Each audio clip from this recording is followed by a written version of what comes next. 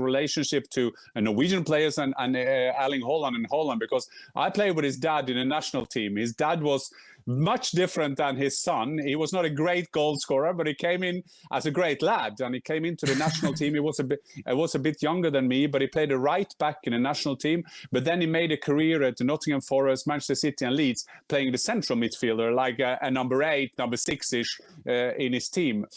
So I think that is important, because when we talk about everything about Erling Haaland, and we talk about news about Erling Haaland, it's very important to know the history of how he has developed as a player. Because when there are analyses of him, I see from different people, they forget what Team Holland has done from day one. He comes from a very small club, or they won't say it's a small club, but it's a club called Bryne in Norway. So when he took the next step, he went to Molde, which is a development area, where they had the Manchester United coach, Ole Gunnar Solskjaer, as the manager. Why is that important? Yes, because that is point one in his career. He goes to a club develop. Then he has a fantastic improvement at Molde. It's he gains kilos again, looking step by step, and it goes all the way. And he did that all the time. And I think that's why it's important to see that when he now is going to leave Dortmund, if this season, next season, over next season, they always look for development of the player. So they don't start the other way around, because then they would have not gone to Salzburg. They would not have gone to Dortmund in the first place. Mm-hmm. Okay, so this is really important. I love this point, because with Francesco, we are always talking about Erling. Of course, I love Erling because I think he's the player for the present and the future. He will be, and he is one of the best strikers in the world, but I think his potential is incredible. But at this point, you said, Jan, it's really important to say that Erling is always going step by step. I still remember the summer when Juventus signed Cristiano Ronaldo. They had the opportunity to sign Erling, and he was saying, I prefer to go to Salzburg to play, to have Champions League opportunity, instead of going to Juventus and being loaned out to some other Italian small club or to the under-23 club, because he wants to be step by step, and he wants to be 100% sure. More than step by step, I think is also the right step in the right moment. Every time. Yes. So that's yes. And Jan, talking about steps, exactly, and it's a good. Yeah. Let's go. Don't worry. No, I just want to say, I just want to add what you said here, because if they start, there's a lot of agents, there are a lot of parents, mostly fathers, but there are also mothers around, but they're parents of players. They start with the name of the club. I think that is very important to see with Erling.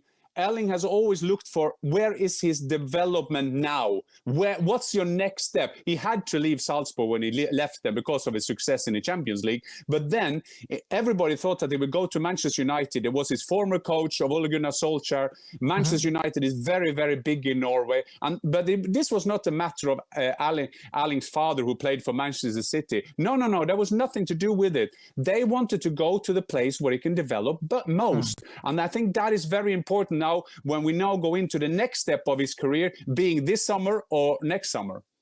How close he was to Manchester United? Because I remember one time you told us this story on the podcast, but I'm really curious to share this news with all of this behind the scenes, with people who are following us. How close he was to join Manchester United in this moment? You were telling about it.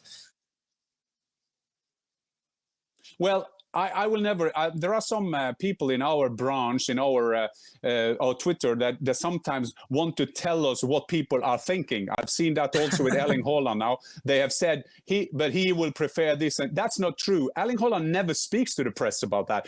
Erling Haaland never speaks to the press about that. And Raiola, which is also part of Team Haaland, he never speaks about that. He just always speaks in general terms of those kind of things. But what we knew at that time was that another Norwegian fellow teammate of mine, Ole Gunnar Solskjaer, we played in the 90s together in the national team. He put himself on a plane, went to Salzburg. He knew that this was the player that, after Lukaku, this was a player that he could build. And hopefully, and he hoped that he had some credit. But it was not a choice against Manchester United. This was a choice for Borussia Dortmund, because they had seen over the years how they have developed players. So, and I remember, boys, we were in Augsburg for his first game, and I met Erling Haaland, his father, Alfie, on the parking lot. And I said to Alfie, well, there are two things we have to tell each other now before the first game. Is point one, we're still going to remain friends. But secondly, when I ask you something about Erling, then I'm a journalist. We know that. And we, up to this day, we managed that. And then he scored, he scored 3 goals, of course. So I think that it was good to wake up in Dortmund, not to wake up in crazy football nation, Manchester or UK. Yes. And I love your stories about Erling, because it really shows people just also about the person and not just about the player. Because when we talk about superstars and super players, fantastic players, we have to remember that they are normal people also. So Erling is a normal guy, he's a professional guy, and I'm really happy you say that he's always respectful, always, also when he's talking with the press. So he's not creating any pressure to the club. He will never do something like this. So I like this point. But now it's time to answer, Jan, to all the questions we are receiving about Chelsea, because you said some days ago about the situation, the general situation with Chelsea and with Borussia Dortmund. So let's jump in this topic and about Chelsea. So Jan, tell us what you know about this story and what you know about this Chelsea interest in Haaland, and how many chances do you see for this deal? Well, it started when I went to finally had a chance to go abroad again. Like everybody else, I had to stay home during the pandemic, but I went to the Champions League final, and I spoke to a lot of people in and around Chelsea, and this was before the final. And we have a chance, as you know, then being pitch side, you talk to different people, you set together the puzzles, and I realized. And this was the same day that I had an interview with Erling when he said that he's going to stay in Dortmund. So I said to him, "Don't tell me this today." But what I learned from those conversations is that Erling Haaland was and is the main target of Chelsea. But we now have to understand that doesn't mean that he will go to Chelsea, but he is the main target. This is the one they will go for.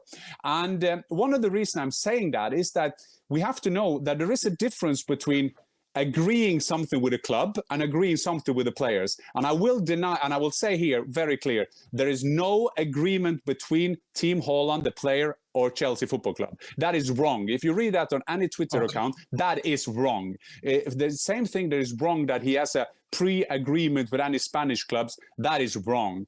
But Chelsea, they want to test Dortmund. They want to see how far they can go. And if we compare this with the Sancho situation last summer, that they would have let Sancho go if they got that magical amount. But Dortmund this season, they haven't done this. They haven't said any time limit. They haven't said any specific fee. As you have seen in the media, and if you see their Twitter account, they are talking about 175 million euro, which is an enormous amount, especially this summer after the pandemic. So the status is now that Chelsea see him as the perfect one, and I don't think you will find any football expert in the world that will say that Chelsea are wrong in that, because they got a lot of people like Havertz, Werner, they got a lot of young players, Pulisic, around them, but they're missing this number 9, this guy who can score them 20, 25, 30 goals a season. So you can understand that Tuchel and Chelsea want this Dortmund player. So that's 100%. Will he go? Well, this is the big thing. I don't think that. I think that Dortmund are very serious when they say they want him to stay. Of course, they want him to stay. But the key is, what will they say if someone put up that magical number? If that's been 160, 175, 175, whatever, which they could be tempting to do. I 100% agree with you also on the last point about Borussia Dortmund, because also what I've been told is that it will be really difficult to see Borussia Dortmund accepting any bid for Erling Haaland this summer. So what